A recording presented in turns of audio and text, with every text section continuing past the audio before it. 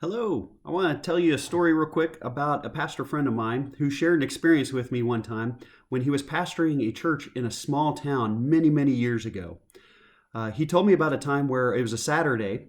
He drove his wife into town, dropped her off at the local salon. He went, ran a few errands, came back to pick her up a few hours later.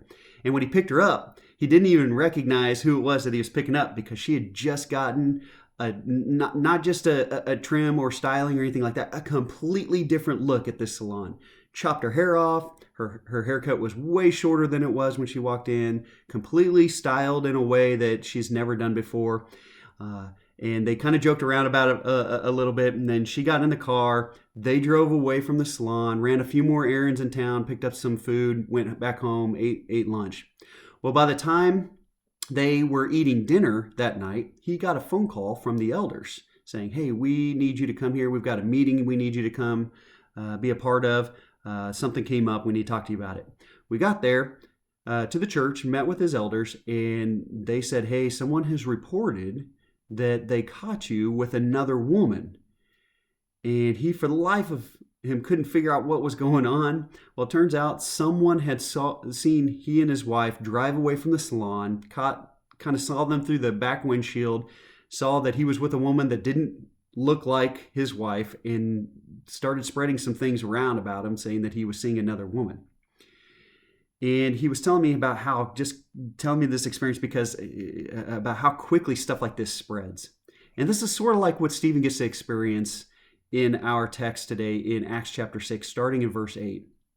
We read about this guy, Stephen, who had just stepped into this deacon role, and he was part of this amazing thing that was happening in the church.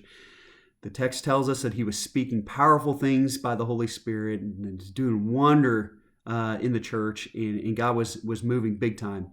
Well, the religious elite did not like what Stephen was doing and what he was saying, and they found themselves to be completely threatened by him.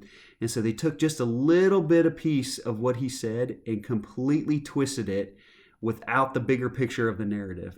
We're told in verse 11 that some of them went and got a bunch of other guys, and they instigated an accusation against him, saying that he was speaking blasphemous things against Moses. Stephen wasn't speaking blasphemous things against Moses. He was speaking things that the Holy Spirit was up to, and how God was moving in wondrous ways, and about how Jesus Christ had died on all of our behalf, and that our faith is being beckoned by him. Took just a small part of that, though, and twisted it because they were threatened by it. So let me ask you, when have you ever experienced anything like that? Or when have you ever seen someone who may be in an elite part of a community or part of a church maybe, that just took something and they were threatened by it because they thought maybe this is going to move them in a position that's not as maybe amazing as they think they should be, and it completely turned and tried to take them down with that, with just the twisting of the truth. But my next question for you too, maybe you can discuss this with somebody, is these guys that were doing this really believed that what they were expressing was righteous anger. And righteous anger is such a lightning rod for all of us. That is something that we go to all the time because it gives us a space to be able to fight a good fight, or it gives us an excuse or justifies us being angry at something that we think maybe really should be a different way. But when's the last time that you sought out righteous listening, or maybe righteous kindness, or righteous patience, righteous calmness?